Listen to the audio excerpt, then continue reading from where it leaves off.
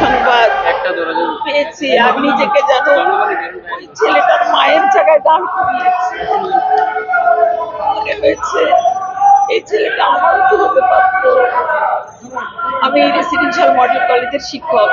ওখানে আমরা বলি ছাত্রই পুত্র, মায়েদের ওরা গর্ভজাত, আমাদের আত্মায় জাত আত্মজ।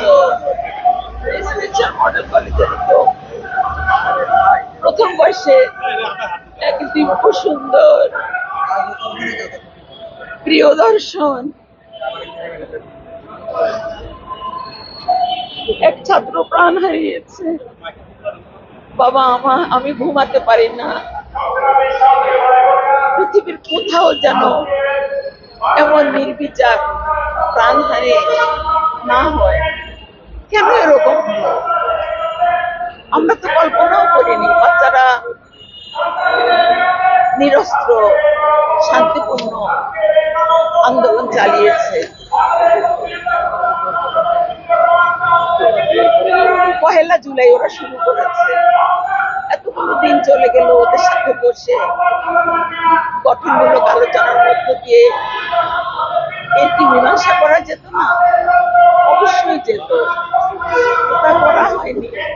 শেষে কোথায় গিয়ে দাঁড়ালো? 2 শতাধিক মানুষ, শুধু কি শিক্ষার্থী, বাবার কোলে শিশু পর্যন্ত নিক্ষিপ্ত গুলিতে প্রাণ হারিয়েছে। এ কেমন গুলি নিক্ষেপ? আমার কেবলই মনে হয় যারা গুলি নিক্ষেপ করেছে পুলিশ, ওরা তো মায়েরই সন্তান, ওরা তো সন্তানের বাবাও বটে। ওরা কি তখন মানুষ ছিল না?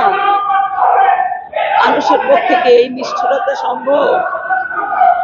এর অবসান দরকার বাবা। সাংবাদিকও তো প্রাণ হারিয়েছে। ওই সাংবাদিক তো কোটা সংস্কারের সাথে জড়িত ছিল না, বিশ্ববিদ্যালয়ের শিক্ষক নয়, তাদেরও প্রাণ হারাতে হয়েছে। পুলিশ সদস্য প্রাণ হারাতে। একে নির্বিচার হত্যা লীলা, এর শেষ কোথায়? কি কেমন স্বাধীন দেশ আমাদের? আমাদের আগের প্রজন্ম যুদ্ধ করেছে, প্রাণ দিয়ে গণহত্যার শিকার হয়েছে। এখন আমাদের সন্তানেরা এভাবে প্রাণ দিচ্ছে। এই যে তোমরা কাজ করছো, তোমাদের বের হতে হয়। যে কোনো ঘটনায় তোমরা সাহস নিয়ে কর্তব্য পালনের জন্য বের হয়ে যাও। কে বলতে পারে মায়ের কাছে অথবা স্ত্রী সন্তানের কাছে নিরাপদে গিয়ে উপস্থিত হবে? এই শেষ চাই বাবা, শেষ চাই। আরেকটা প্রাণ যেন না যায়, একটি প্রাণও না। দিনমজুর, মুদি দোকানি, হোসেন মিয়ার মতো পরিবারের উপার্জনকারী বাচ্চা ছেলেরা